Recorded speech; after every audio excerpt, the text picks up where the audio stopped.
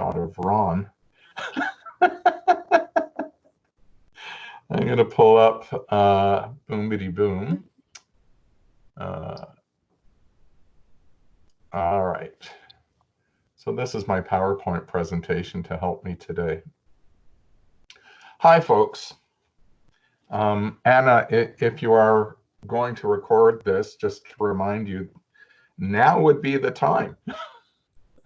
Thank you, Gary. Yeah, I just started the recording, so we're all good to go. Good. Hi, everybody. I'm Gary Darrin. There's my my old face. I'm a social worker in private practice. You can follow me on Facebook. From my professional page, daily, I am offering tips, guidance, encouragement on how to manage relationships, children, mood. I have about 15,000 plus followers on Facebook. I reach 250,000 to 500,000 people monthly through my posts. So you can always use that for yourself or for a client. You can also check out my websites. Yoursocialworker.com is for clinical services. GaryDarrenfeld.com is for marketing support of one's private practice. Just to give you, for those who don't know me, first and foremost, I'm a husband, a parent, and a grandparent. So whatever life experience that brings me, I use that. I'm a social worker by profession. Swung into private practice in 1989, 1990, and have been in private practice ever since, offering all kinds of services from my home office. I'm a media personality. I had a television show called Newlywed, Nearly Dead that ran on the Slice channel for 65 episodes between 2006 and 2010. And then besides that, I was the parenting, family life, relationship columnist for the Hamilton Spectator newspaper. So I was the face of kind of Dear Abby. People would write in their questions and I'd answer them in the newspaper. I've written some 650 columns. I do or have done a lot of clinical legal work. So custody and access evaluator, arbitrator under the 2006 Family Law Arbitration Act. I've presented the mandatory information program in Hamilton, where I used to live, 50 plus times. I know it's at least 50, somewhere between 50 and 60 times.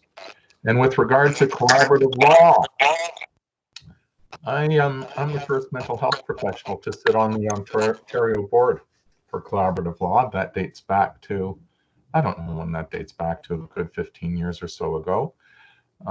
In the US, those who are trying to propagate collaborative law, collaborative practice,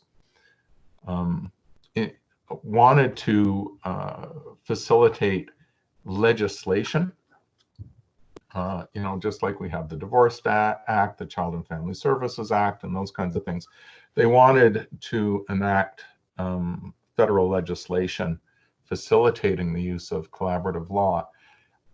It works somewhat differently in the US than in Canada. When you want to get an act adopted by all the states, and the feds aren't going to do it directly, you can do it indirectly by something that's called a uniform act.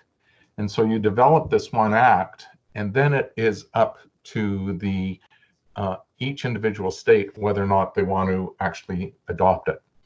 So coming towards the late first decade of the 2000s, I never know how to say that, the double noughts, there was a group in the US who was working together to develop what they came to call the Uniform Collaborative Law Act.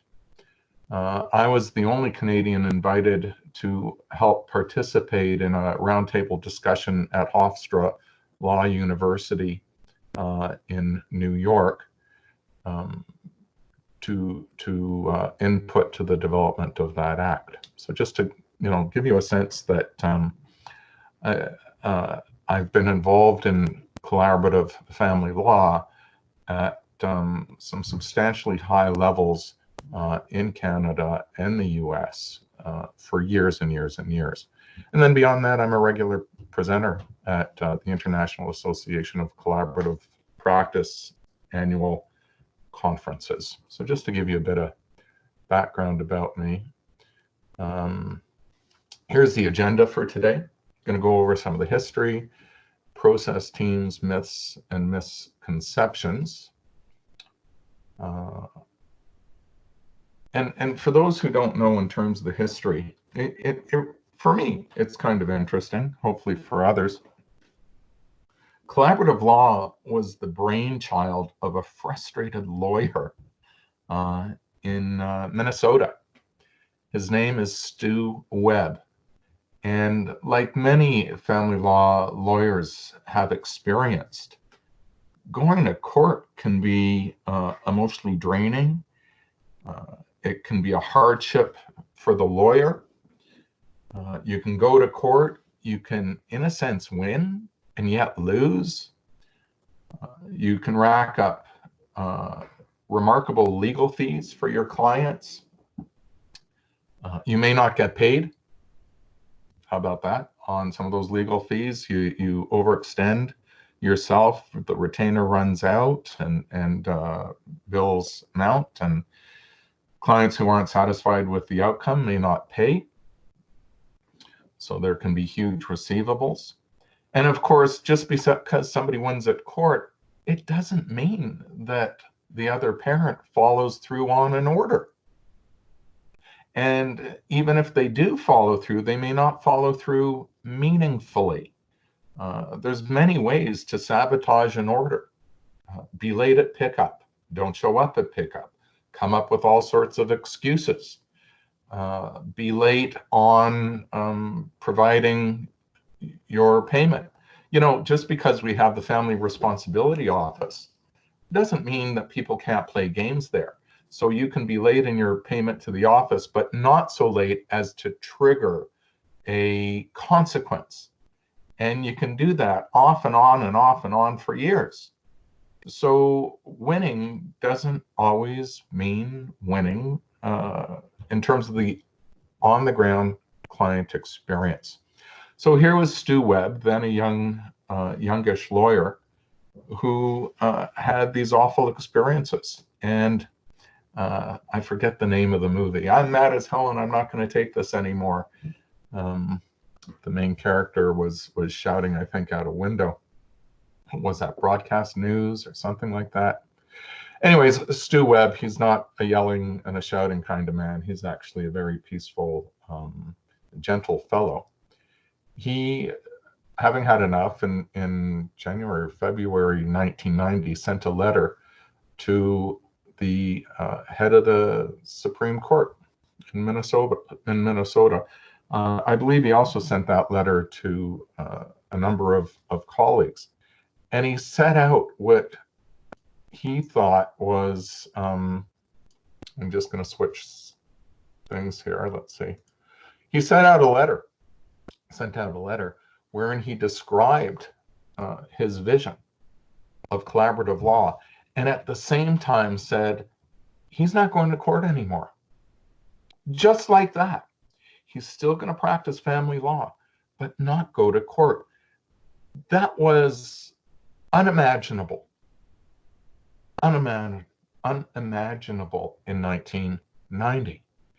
And here on a colleague's website, this is an older website of my colleague. He doesn't use this one anymore, but my colleague, his name is Adam Cordova.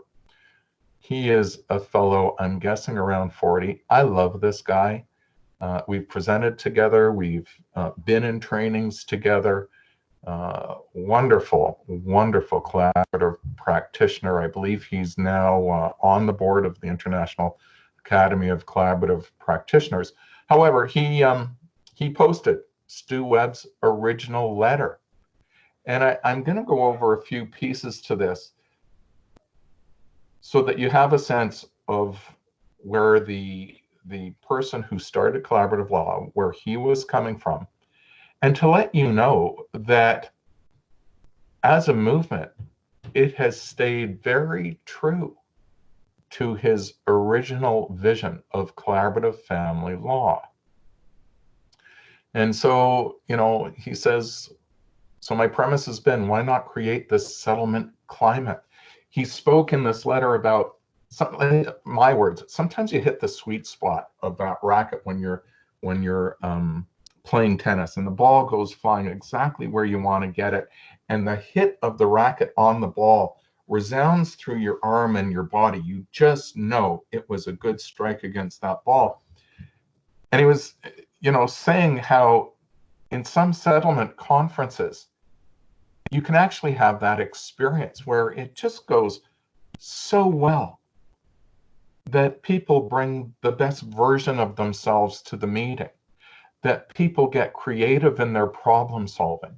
And as a result, they wind up with their own solution that works for them, that they buy into, and you just know they're going to be well.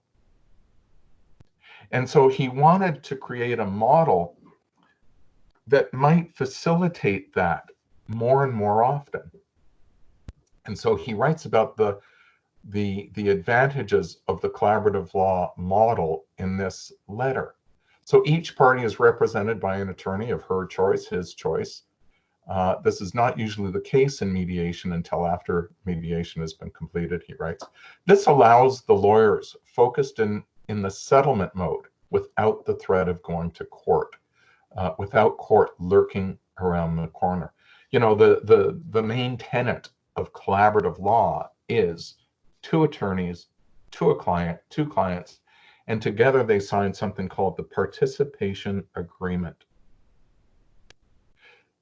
The key piece to that participation agreement is that if this process is not successful in resolving their issues, these lawyers or anyone within their firm, so there can't be a conflict of interest, they can't go on to represent them in a litigation.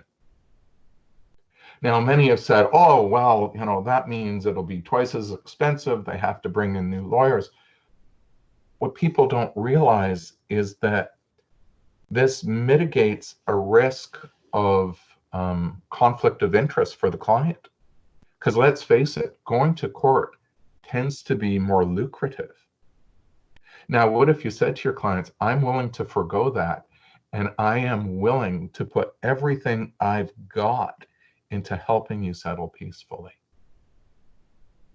This was at the heart of Stu Webb's thinking.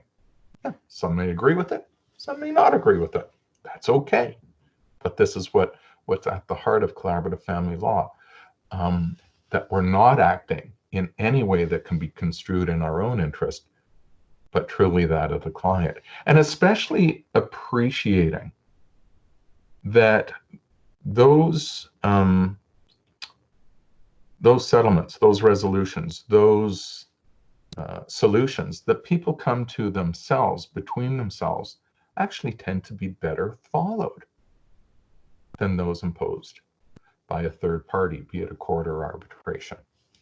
So he says, this allows the lawyers to be focused in the settlement mode without the threat of going to court lurking around the corner. There's a continuity, between settlement and processing the final dissolution. And he contrasts that with mediation. As a mediator, I know that once I've helped the parties achieve their resolution, I'm then to draft a memorandum of understanding. That memorandum of understanding, in order to be incorporated into a settlement agreement, the parties have to take to their respective lawyers for independent legal advice. Well, as a mediator, I can't tell you how many agreements have been undone by a lawyer who says, I can do you better. Meanwhile, the lawyer may not have fully appreciated why somebody would have entered into the agreement they entered into. And they may also not appreciate that by doing the one better, that sets up a dynamic for the other side to then have to defend and do one better too, and the fight is reestablished. and that fight can be painful, long, and costly. So Stu was saying that in the collaborative law process, because it's the lawyers there at the table, once a resolution has been determined, those same lawyers are going to draft the resolution into the settlement agreement, and it mitigates concern about it going out to some other lawyers who may inadvertently or intentionally undermine the sanctity of that agreement. And so he goes on to say, number 4, with the lawyers on settlement and avoiding court, lawyers and clients are motivated to learn what works to achieve settlement, how a problem solving without getting plugged into the emotional contact of War of the Roses. And he says lawyers who participate in this way will be motivated to develop win-win settlement skills. That these lawyers, because they are focused on how do we develop solutions that both parties buy into, that win-win, it puts an onus on the lawyer to develop a new set of skills different from often the negotiating skills that lawyers are trained in. I'll go into some of that a little later, but maybe I'll mention it here. Yeah, I think I will. Underneath the different kinds of lawyering, if you will, if that's a word, underneath the different kind of lawyering approaches to resolving or reaching a settlement. One is me-based, here's what I want, versus we-based, what is good for us. And so the typical negotiating is what we call positional. I want this, you want that. How do we horse trade, or how do I paint you into a corner that you got to relent? This is positional. Versus interest-based. What are your interests? What are you seeking to achieve? What are you seeking to achieve? Might there be a way of doing that jointly? So what Stu Webb envisioned was that the lawyer would become more adept at what we call interest-based negotiation versus positional. He also says lawyers are freed up to use their real lawyering skills, analysis, problem solving, creating alternatives, tax and estate planning, to the overall picture for what's good for everyone. And he said, you know, four-way conferences, so these four-way meetings can become the norm with positive energies being generated. And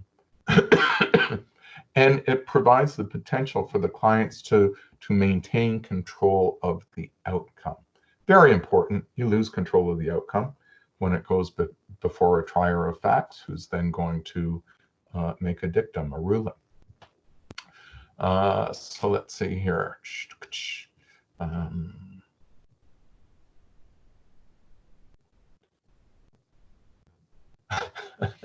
So he goes on to say settling matters on a collaborative basis is just more fun. And in my experience, that's true, because we are no longer in a race to the bottom, no longer out to prove who the bigger scoundrel or nasty person was. And in fact, we're appealing to people's higher interests, higher selves. And from that perspective, it is more fun. We're not generating enemies, we're generating colleagues and allies.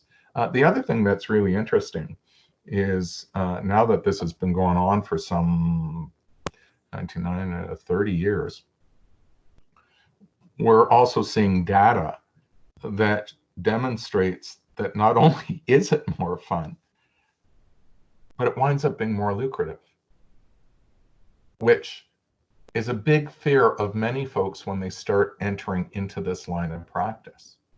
You have to bear in mind that with traditional approaches, litigation, you are writing off a number of bad debts, people who are not paying you.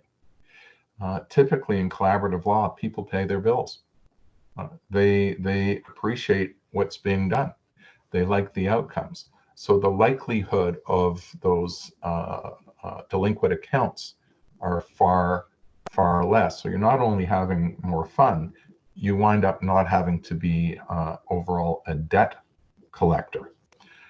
The other thing is, as people get known for this in their practice, these people wind up being the go-to persons as, here's the person who isn't going to take it to court, because we don't want that. So whereas they may have fewer high value from a litigation cost perspective clients, you wind up having more clients. So in 2015, I actually stopped my litigation practice. Custody and access assessments and arbitration, as well as parenting coordination, which included an arbitration function. I had amassed so many complaints against me to my regulatory body. I was being buried. In my work, as opposed to sometimes the family lawyer's work, I'm guaranteed to have one or other parent not be happy with the outcome, particularly when they're high conflict. When you are the lawyer for one client, they may not like the outcome, and that one client may not like you, but I'm guaranteed to have that in virtually every case. Having been buried in complaints and having had to deal with that with my regulatory body, by 2015, I said, enough is enough.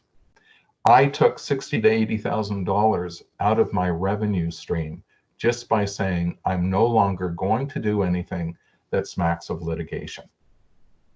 I did continue with mediation. I continued with coaching. I continued with counseling. I continued with collaborative family law. And within about a year, my income was restored. Go figure. And not only was it restored, I was so much happier in my practice. So just to let you know, personally, my experience of collaborative family law. Okay, I'm going back to here. We've kind of looked over that letter. So in terms of process for collaborative family law, at its core are two lawyers and two clients engaged in interest-based negotiation, as opposed to positional negotiation. There's a nice story. Many of you will be familiar with this story, at least in the form that I provided or a similar form, in explaining mediation or collaborative family law and interest-based negotiation. The story goes like this. There are two chefs in the restaurant. One is the pastry chef making desserts. The other is the I don't know what to call him, the meal chef making the meals. And given what they each have the menu that night, they each need a dozen lemons. The cooking chef says, I need my dozen lemons for my chicken lemon. And the other chef says, I need a dozen lemons for my lemon meringue pie. The problem is there's only a dozen lemons in the kitchen. What do? So from a positional negotiation perspective, they may settle on, well, you get 6 and I get 6. Or you're going to have to wait, you can't do it. No, you're going to have to wait, you can't do it. You know, whoever winds up losing, that begets resentment. Resentment comes out as revenge. Not a great solution. But these are the outcomes with positional-based negotiation. How am I going to get mine over you getting yours, or do we have to compromise? By the way, I don't like the word compromise, because as soon as somebody compromises, it denotes that they did give something up to get something. And at the end of the day, few of us want to give up anything. So enter interest-based negotiation and an interest-based outcome. So here, these two chefs, they're fighting it out in the kitchen. And the dishwasher fellow comes forward and says, chefs, you're creating such a commotion here. And all the dishwasher person does is express curiosity. Chef, why is it you need a dozen lemons? I am making my chicken lemon. I need the rind of a dozen lemons to sweeten my dish, whatever. And the dishwasher, again, out of curiosity, turns to the pastry chef and says, chef, help me to understand. I'm curious. How is it you need a dozen lemons? And that chef says, I need the juice of a dozen lemons. The juice is what's gonna, sweeten my pie. And there you have it. The dishwasher. He facilitates a discussion to understand what is underneath somebody's position. So we're no longer arguing at the level of position. We're trying to understand their interest. And once understood, we realize that although they each need a dozen lemons, they each need a different part of those lemons. And thus they each maintain access to a dozen lemons. They have an interest-based outcome. And that's very much what is underneath mediation, and very much what is underneath collaborative family law. By the way, I go back and forth between calling it collaborative law, collaborative family law, collaborative practice. Some 5-10 years ago, again, losing track of time, the thinking was, because we do involve other people now in collaborative work, other people like myself, mental health professionals, financial professionals, to call it collaborative law is not as inclusive as calling it collaborative practice. Okay, so some call it one still, some call it the other. I go back and forth. So the parties, so what's involved in this process? 2 lawyers and 2 clients at the very least engaged in interest-based negotiation. They agree in writing that if unsuccessful, the lawyers can no longer represent them. That's the basis of the participation agreement. There's an onus on the lawyers to marshal their skills and creativity. And therein lies the basis of what we in collaborative practice call the paradigm shift. It really is a mind shift when you no longer have in a sense, the go-to of court, the threat of court. You now have to think in terms of, how do I act in a way that also respects the interest of the other party while still maintaining the interests of my client? Realizing that joint decisions tend to provide for more stable and rigorous and lasting outcomes for the parties. So from here, I want to talk about the history and development of different collaborative team models that have arisen in collaborative practice. When envisioned this work, he saw at its core 2 lawyers and 2 clients. It wasn't long into the practice that Stu came to realize the limits of his expertise and the limits of some of his colleagues' expertise.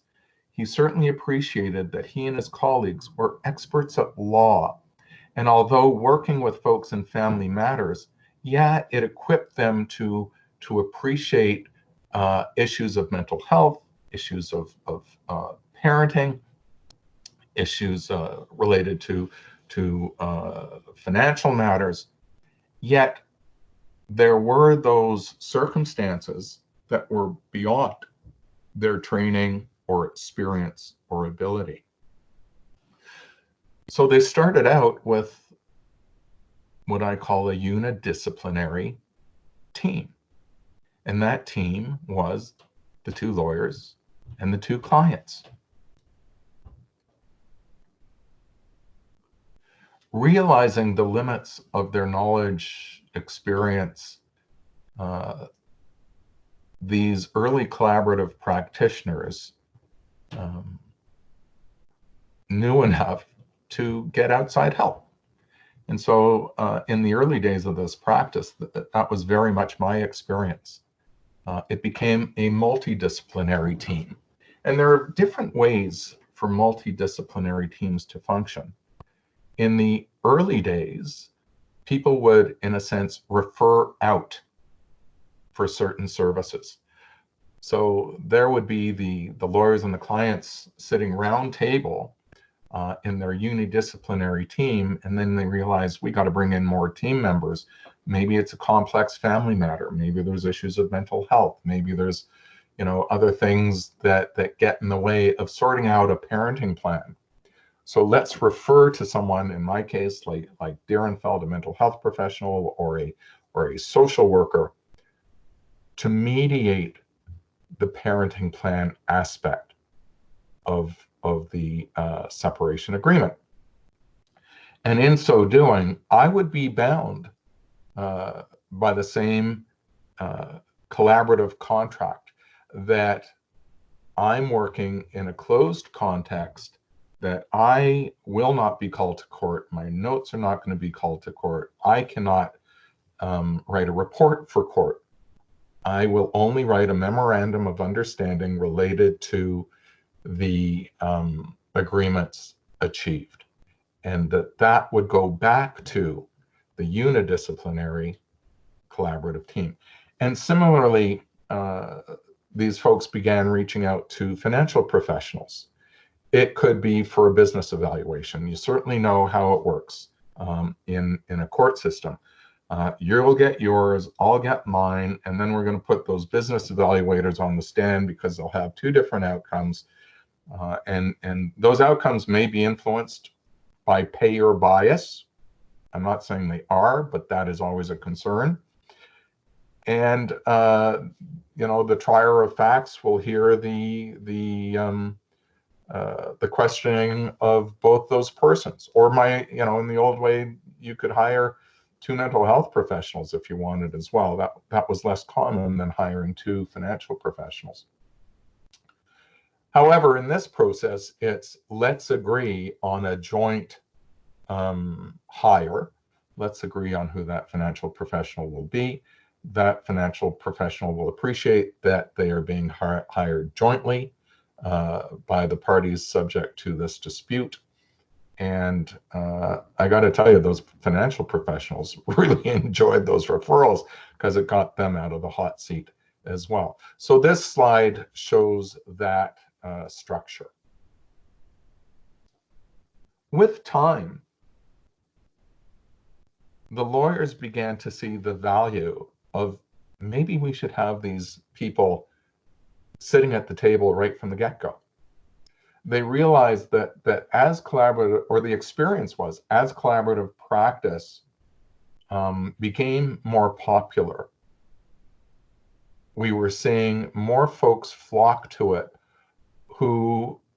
whose personalities or dispositions may have been a bit more conflictual, more persnickety.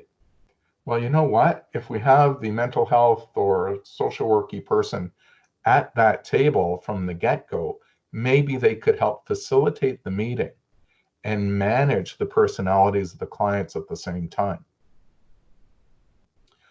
Maybe so too with that financial professional. So all being privy to the same information at the same time and being there in the service of the client,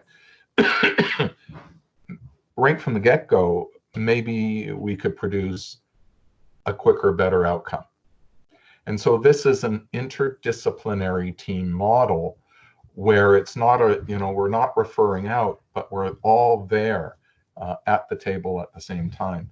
And, as I'm talking to you about this, it's as if each decade produced a more informed way of providing the service of collaborative practice.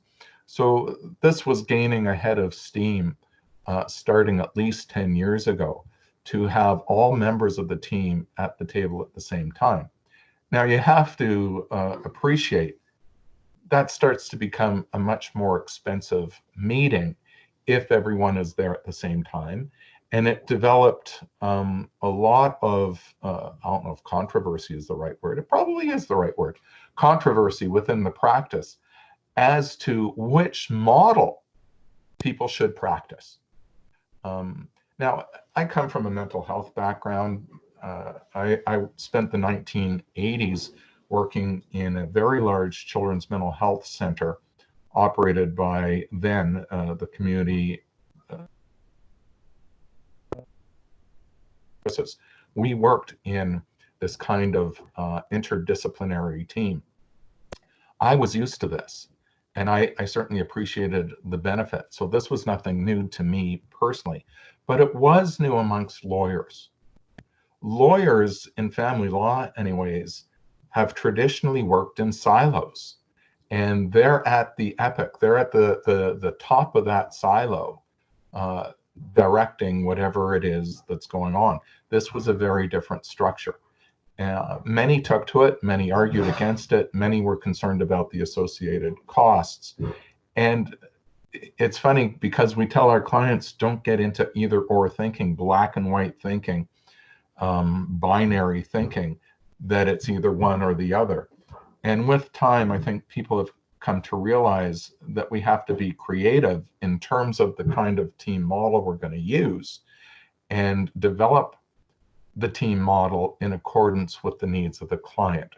So those who are at most top of their game, from my perspective anyways, are using a very flexible approach, trying to figure out who under which circumstances and when might be best suited to these clients and their particular problem.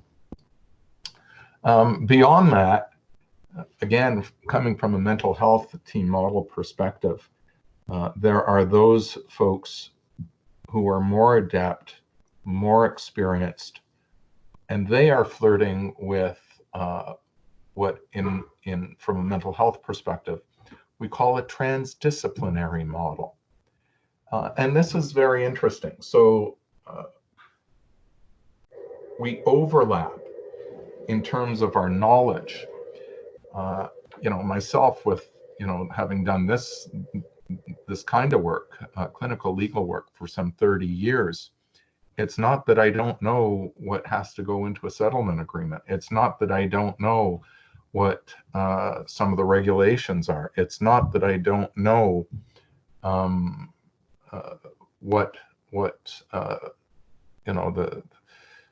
how to sort out what parent pays what in terms of child support. So from a transdisciplinary perspective, when you have well-seasoned professionals at the table, they can not only input from their respective profession, but they are doing so with a keen appreciation and knowledge of each other's profession and knowledge base.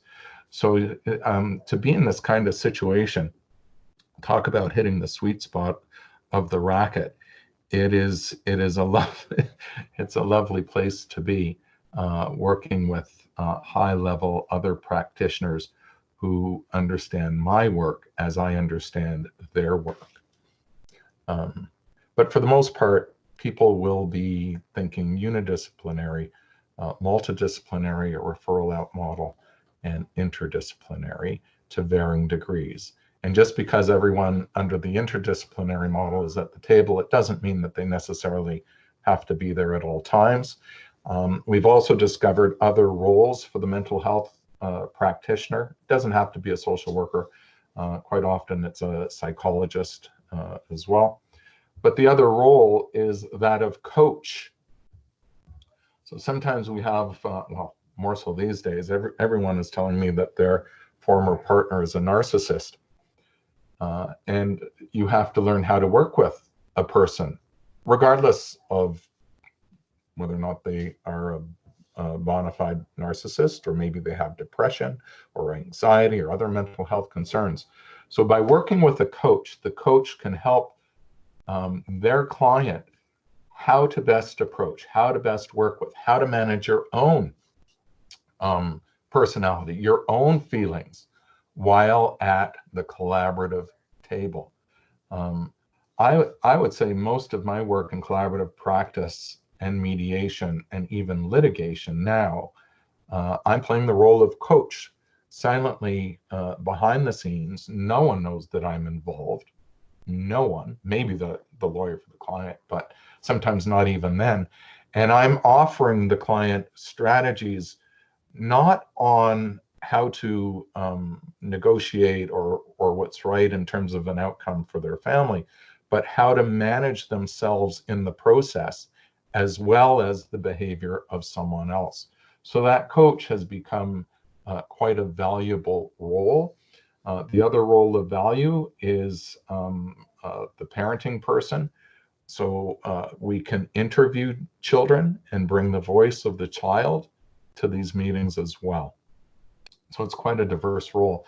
With respect to the financial person, they can and do, particularly if they're a divorced financial professional, they'll generate a number of different spreadsheets to help the parties appreciate that, you know, if you have an outcome where you give this much of, you know, the equalization payment, or hold this much back, or agree to these kinds of investments, or put so much into an RESP for the kids, or pay out at this rate, they can build different spreadsheets that show the projections and the outcome of these different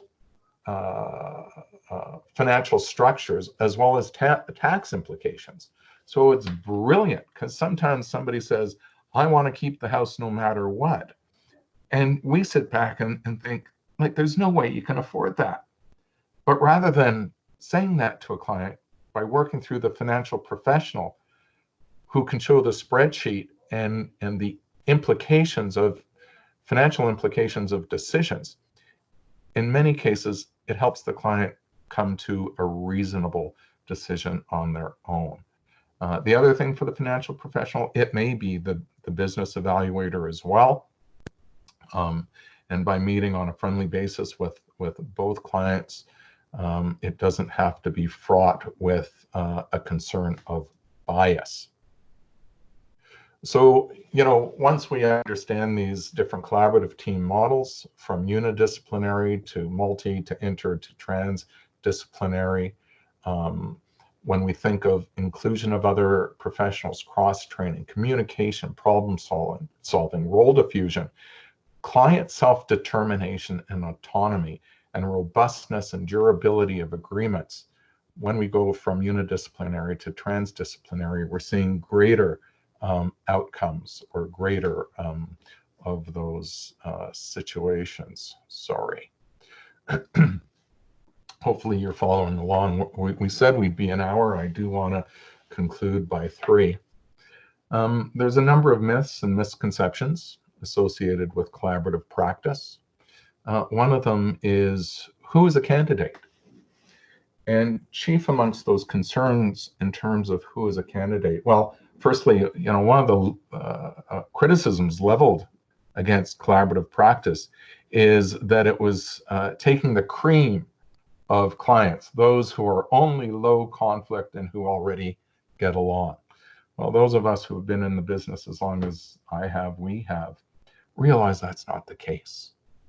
Realize that the people who may have an affinity for collaborative practice appreciate the folly of going to court. They don't want to do that. They recognize that if they ramp up the conflict, it will be far more expensive financially and likely emotionally as well. So we are not seeing just the cream of the crop, those, in a sense, easy people to work with.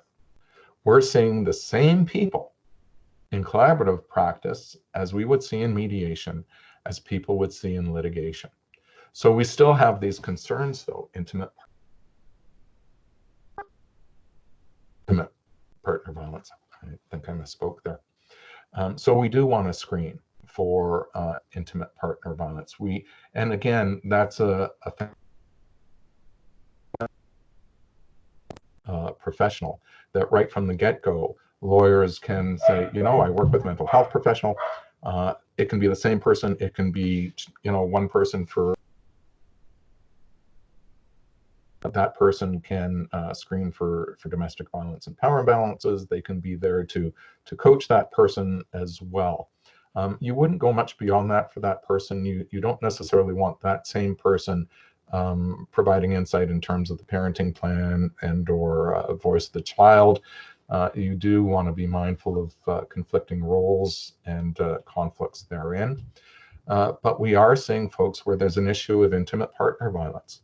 Some people argue, well, isn't it safer at court? I honestly don't know how it makes it safer at court. There's a lot of arguments pro and con. I've certainly read a bunch of literature on that. And at the end of the day, it's from my perspective anyways, mixed. In terms of that as a concern at the negotiating table, while you do have those parties there with the respective lawyer, that provides a modicum of safety. I have certainly had clients where I've said, you must come in the same car as your lawyer as a means of safety. And these days, welcome to coronavirus, many folks are doing all this work online now. So you don't have to be in the same room. And you still, because you're working with a mental health practitioner, whether it's at court or not, that person can still help input and develop a safety plan so that these issues can still be addressed. You got to know if this matter goes to court, those safety issues don't go away. Same with mental health. We're seeing folks who may have a personality disorder, may have another mental illness, depression, anxiety, and the like. So having that identified and having supports in place for that person to make the best of this process. Whereas again, if they go to court, there's none of that. Level of conflict, so low, medium, and high, we're seeing that. Myths and misconceptions as related to expense. We have received or researched the data on that. So those who are members of the International Academy of Collaborative Professionals are aware that overall, this tends to be less expensive than going to court. And of course, there's going to be outliers to that. You have some court cases that are in the hundreds of thousands to millions of dollars. Not that I've heard that in a collaborative law case, but certainly tens of thousands to low hundreds of thousands. But those are outliers. They tend to be quite extreme, quite frankly. Some persons, in terms of these myths and misconceptions, they worry about giving up the revenue stream of the litigation practice. And I can only tell you that those who, there are some folks that continue to do both. And there are other folks like myself who jump in both feet and have found that their revenue has returned, as well as a different quality of life for how they practice. That is the content that I wanted to deliver with respect to this presentation. Give me a second here. I'm going to stop screen sharing. I'm going to close that. Bear with me, because I'm trying to find my way back to the meeting. And I've just turned my camera, back on. So hopefully you are all still with me. I'm curious, are any of you trained in or practicing collaborative law currently? Do you have any particular questions? I'll do my best in the next 5-10 minutes to address them. You can do that through the chat over at the side of your computer.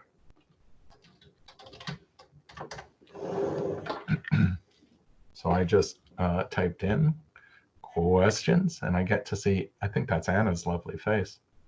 How long does the training, hi Anna, the training and certification process take? So there's been some differences to that, but overall, we've identified level 1 and level 2 training. Level 1 tends to be a 3-day course, a 3 full day course. And the training is delivered from a multidisciplinary perspective. So the training will include at least a family law lawyer and either of a mental health professional or financial professional. At times, the training will include all three so that you get the input and insights of all three professionals. Certainly, I would support that training that includes all three. The first 3-day training provides all the fundamentals for getting going. Then beyond that, there's a 2-day training, so a higher level training, how to work in teams, forms, from my understanding, quite the basis of that training. I have had level 2 or level 1 and level 2. That was probably 15 years ago. These days, I don't provide that training myself. I have wonderful colleagues here in Ontario and throughout the US who provide that training. The training that I now provide to what we call peacemakers, so a kind of a hybrid peacemaker. These are folks who practice mediation and/or collaborative family law. The training I provide tends to be at a much higher level these days. Small groups, very expensive. How to make the most out of your practice, how to deal with some of the more difficult outliers, those cases that can be more troublesome. How do you deal with a situation when there is a concern, that a party with greater resources could potentially abuse the system, wasting time, money, no real relief? How does collaborative process deal with urgent matters? Great questions, Ron. So there can always be someone like that in every practice. We actually look to one's own lawyer to hold their own client accountable to the process. It doesn't happen often, actually, Ron. It's not to say that it doesn't happen, where a lawyer may have to say, you know what, I'm privy to information that puts me in a conflict of interest for the collaborative process, and as such, I may have to withdraw. Now, that is also a discussion that lawyer can have with their very own client on a private basis, speaking to what are you going to bring to the collaborative law process. We know that there are lawyers out there who as a matter of strategy, may drag their feet, may make unreasonable demands. And some of these lawyers come into the collaborative arena with that mindset. As a community, we soon learn who those persons are, and we choose not to practice with them. Just like even in the last years of my providing litigation support through custody and access assessments and/or arbitration, there were lawyers who I no longer accepted referrals from because I wasn't going to work with them. So that can, we have our own ways of weeding one another out as well. In terms of urgent matters, you can write that into the participation agreement. That urgent matters, there may still be a cause or a call to bring something on a limited basis to a court or an arbitrator. We are still bound by laws regarding child protection. So these are the things that you would go into in a much deeper basis in the 3-day training, how to handle those kinds of outliers and the what ifs that Ron is dealing with, far beyond what I'm going to cover in today's meeting. But we do recognize that those are issues in anyone's practice that have to be addressed. How does collaborative practice deal? Okay, so there we go, did with that. Give me a second. Any insight, proportion of cases which the collaborative process fails. Again, I don't have the research at my fingertips. I recall it is anywhere from 80 to 95% of these matters settle outside of court, which is on a par with mediation. There will always, and I don't care what you practice, there's always going to be a small percentage of those cases that do return to court. Even at court, we know, though, that 95 to 99, depending on the court, of those matters settle prior to trial. And so this is a more robust way of helping those matters settle prior to trial. I think we are with that out of time. And somebody said, thank you, great answer. I guess that's, but Ron, you already like me.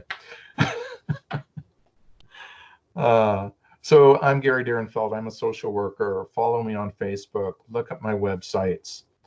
I think Ron is going to make this presentation available for people to either review or other folks within your law firm.